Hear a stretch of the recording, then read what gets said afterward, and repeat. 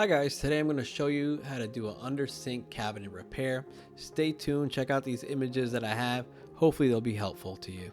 As you can see, there's quite a bit of water damage under this cabinet. There was some type of leak and it destroyed this cabinet. My job is to get it replaced. The damage was so bad that it expanded the wood and it caused the face frame to come apart.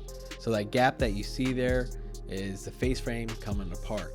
This client has a reverse osmosis system under the sink. I believe this one or the previous one was leaking. So those tubes that you see there, those are all part of the reverse osmosis. All I did was just move that item out of there. Normally it's mounted to the sidewall with maybe 2 screws, or sometimes I just sit it in there.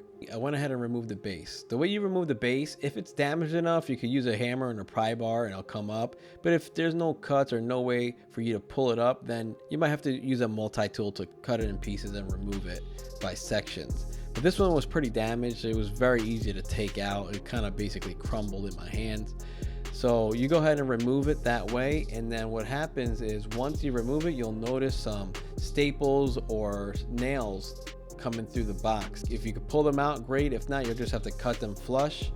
Once you remove that, clean up all the mess under that cabinet. If there's any mold or mildew, spray it down with some type of disinfectant or something that would kill mold and mildew. But if it's fresh wetness, you don't want to fix something if there's still something leaking. So be sure that you let the client know of any potential issues with leaks. Not only that, once you clean it all up, you want a nice clean base to adhere any type of adhesives or caulks to, just in case. Here's a wider angle of the area I'm working in. The reason why I didn't go ahead and rebuild the base of the cabinet is because you got that granite on there, and then we would have to take the granite off and remove the sink to be able to rebuild the whole base cabinet. I was willing to do that, but the client wasn't willing to do that. They wanted to save as much money as possible. So basically the route we had to go was replace the actual inside floor or base of the cabinet.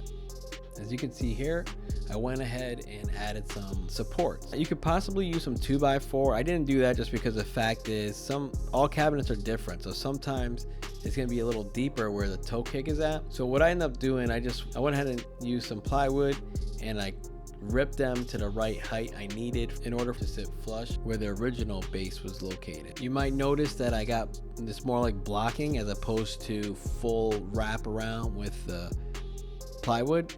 And all you need with something like this is just a support, because you have 3/4 inch plywood you'll be using. So that's a pretty thick plywood. It's not gonna bow or anything under pressure, especially under a sink. You can't really put too many heavy things under a sink. That's why I went ahead and blocked it that way. At least have the support down the middle, on the middle back side, the 2 far corners, and then on the sides. The front side is supported by the wood that was originally there to begin with. The way I went ahead and did the base or the bottom of the cabinet was basically I measured the total width and depth. I cut the total piece, and then I went ahead and cut it down the center. Keep in consideration the thickness of your blade, because of the fact that if you cut it exactly precise, you might end up with a bigger gap somewhere. Now with this specific cabinet, since the side walls and the back portion of the cabinet is so warped and damaged, you want to get the measurement of the tightest space. So take the measurement of the tightest space, see if there's any type of flexibility to it. If there's no flexibility to it, then that's the furthest point you want to cut when you cut your base. If there is some give where you can kind of push it and squeeze that base in, that's great. But in some cases, sometimes you might be up against another cabinet and it does not give you that little bit of flex. So keep that in mind. If you have a little bit of flex, it's okay to cut as precise as possible. If not, you might have to cut a little smaller, or you could possibly go a little bigger to try to make it nice and tight.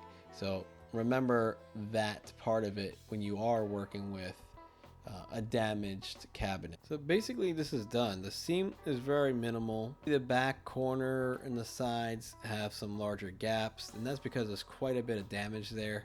For me to squeeze some caulk in there is going to be a disaster, just because it's not going to really hold on to anything. I can always put some type of backer in there, But I decided not to do that because I would say it's kind of like putting lipstick on a pig. It's still going to be a pig. So by me leaving it the way it is, it still allows for a little bit of that expansion and contraction, if there is any, and the caulk is not going to get all nasty either over time or split. So I just left it that way. You could always caulk it if you want, but I didn't think it was necessary to do it on this specific project.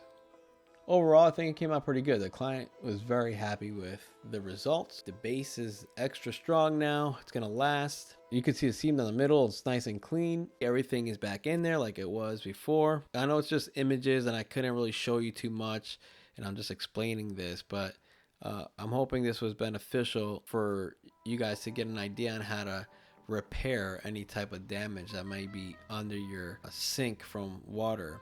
This will work with any cabinet. Just make sure you know what thickness the base is. On average, it's going to be at least 3/4 inch. Sometimes it's a half.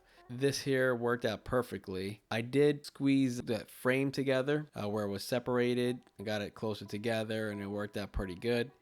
Just watch where you put your staples or your nails at, because you don't want to come out of the other end or out of an exposed section. Once again, thank you again, guys, for watching. Please like and subscribe. I'll catch you on the next video. Peace.